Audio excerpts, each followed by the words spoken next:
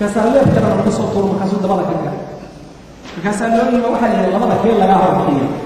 وفي الأرض وإنه لكن كان دبلا إذا كده بنطلع فريسته مركب وحدود الله استقرارية لكن أنا وحنايا إذا توي بدل باهيسته لكن إبو وليبه waxa laga qaban karaa kor markii wado isnaa inta kale oo dibood ma akhrin kartid haddaan taariikh ka qaban marka chronological ay dadka priority sadada dejino nabadu number 1 bay oo tahay la nabadeeyo dhul iyo bad iyo cid iyo xuduud inta wada nabadeeyo nabadu waa number 1 waxa number 2 iyo aad ugu fikraya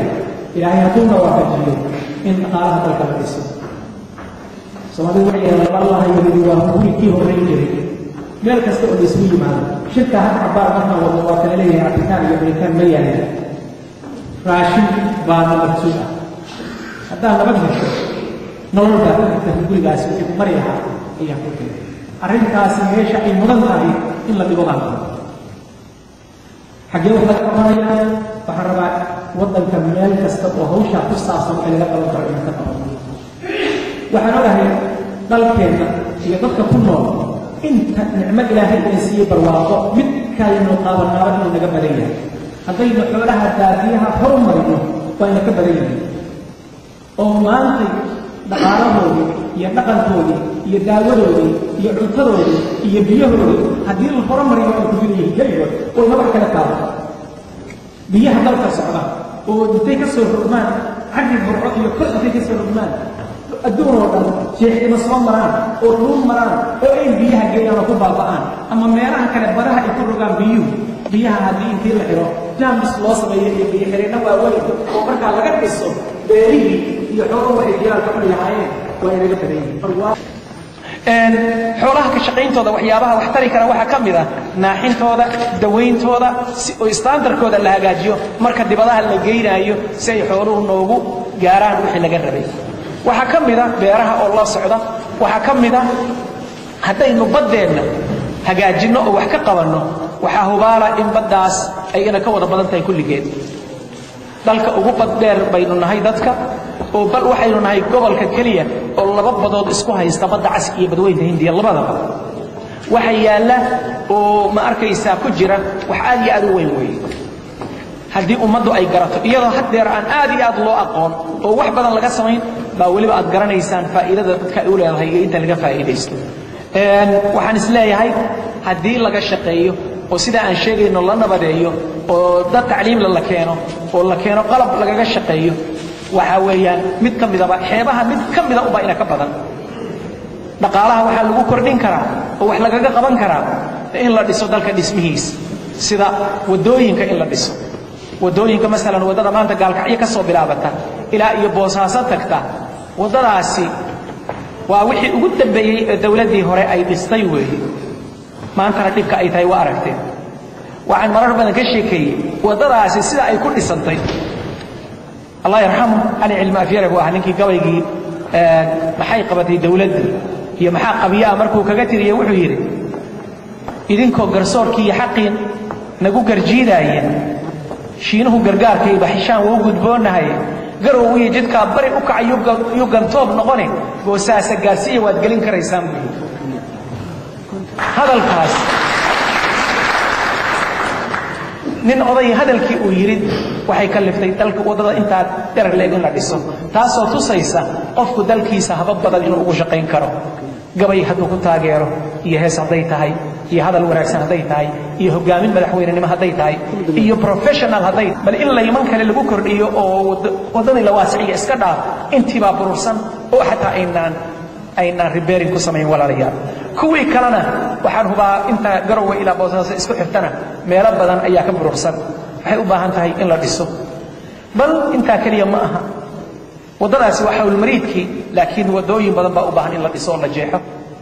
oo ay ka dhisantahay boosaaso iyo in la isku xiro baran iyo laascaanood in la isku xiro maxaan ku iraahdaa laascaanood iyo buuhood in la isku xiro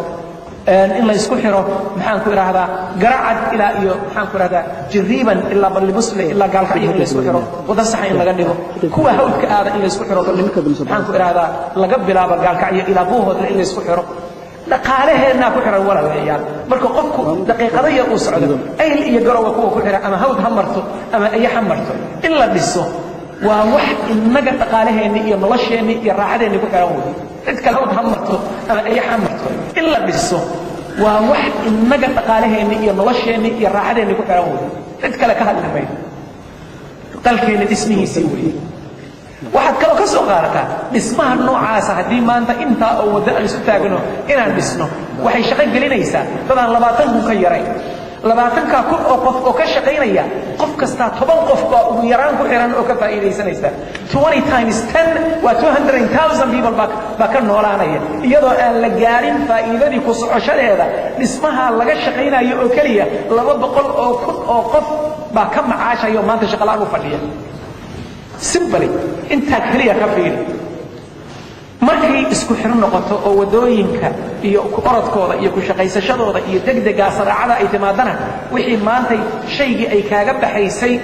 maxaan ku raahdaa $1 ay kaaga baxaysay maalinta half price baa kaaga baxay wadada fudaydkeeda iyo baabuurkii baa isdhimaya lacagtiisii dadkii meesha waqtiga ku tagaysay oo degdega baa imaanaya shaygi waqtiga lagu gaarsiin lahaa meelaha wixii looga baahan yahay badaa'icda baa degdegay